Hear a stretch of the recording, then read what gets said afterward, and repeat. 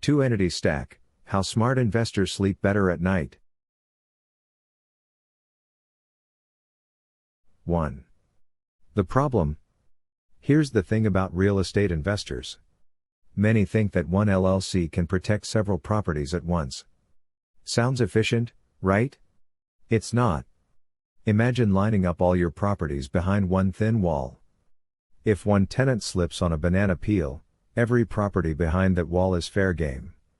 So what does that actually mean? It means one lawsuit could drag down your entire portfolio faster than a bad Yelp review. It's not paranoia, it's math and liability law. The more assets tied to one entity, the juicier the target looks to opposing attorneys. They see 4 properties, one LLC, and suddenly, your insurance policy isn't the only thing under pressure. The moral? One LLC for everything is like using a paper umbrella in a hurricane. Footnote. Consolidating multiple assets under a single LLC increases the exposure of each property to collective liability. 2. The two-entity strategy. Now, here's the twist, the advanced move. The two-entity stack.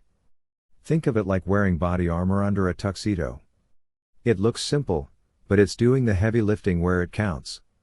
On the bottom, you've got your Wyoming LLC. Up top, you've got a state-specific property LLC. Together, they form a layered defense that's both legal and elegant. So what does that actually mean? The Wyoming company acts as a shield. It owns the property LLCs, but keeps your name off public records. Wyoming doesn't care who you are, and that's exactly the point. It's the Vegas of LLCs, what happens in Wyoming, stays in Wyoming. Footnote. The two-entity system separates ownership from control, creating an extra jurisdictional barrier and privacy layer. 3. Step 1, the Wyoming Holding Company. This is your mothership. It holds everything quietly in the background, like a calm parent watching the kids play in traffic. It's owned by you, or better yet, your living trust. The magic lies in 2 words, protection and privacy. If you get sued personally, say, a fender bender or a falling coconut, creditors can't touch this LLC. That's because Wyoming law treats it like a vault, not a vending machine.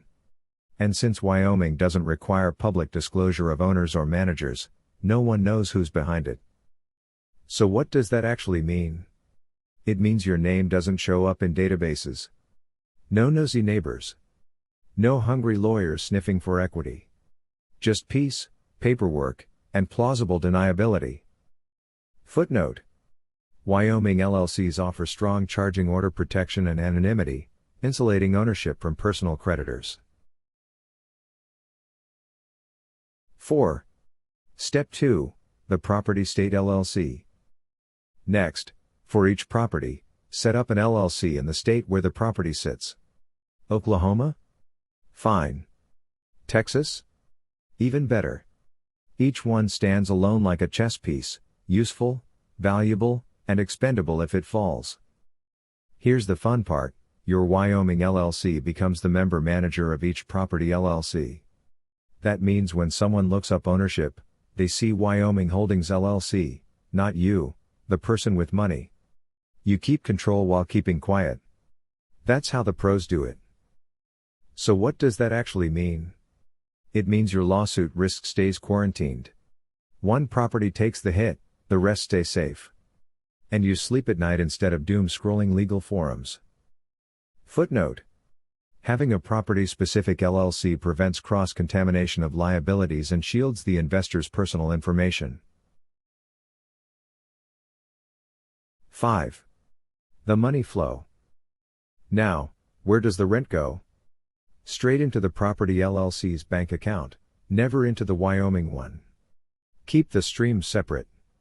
After collecting rent, the property LLC sends a distribution down to Wyoming Holdings, which then passes it to you when needed. So what does that actually mean? It means you control the flow like a faucet. Money moves down as distributions, not taxable income. That keeps Uncle Sam less interested and your accountant less panicked. If you've set it up right, Taxes only come into play when profits are calculated, not when the funds move. Footnote. Internal transfers between disregarded entities are typically non-taxable events when managed under pass-through treatment. 6. Containment and recovery. If something does go wrong, say, a tenant's lawyer comes knocking, the damage stops at that property's LLC. The others remain untouched. One problem doesn't infect the whole system. It's like having financial airbags that deploy only where needed. So what does that actually mean? It means no chain reaction. One property can go down in flames without setting your portfolio on fire. That's how advanced investors stay wealthy, not by avoiding risk, but by containing it. Footnote. Segregated liability structures allow for isolated risk absorption, preventing systemic loss across entities. 7. Final thoughts and action. If you already mixed up your structure, don't worry. It's fixable. Rearrange your entities like chess pieces, and you're back in the game. The goal is control, not chaos. Reach out for guidance, get a proper checklist, and make your structure airtight. So what does that actually mean? It means being smart before you're sorry. Protect your assets like your future depends on it, because it does. Footnote. Proper restructuring can restore asset protection and privacy even after initial missteps.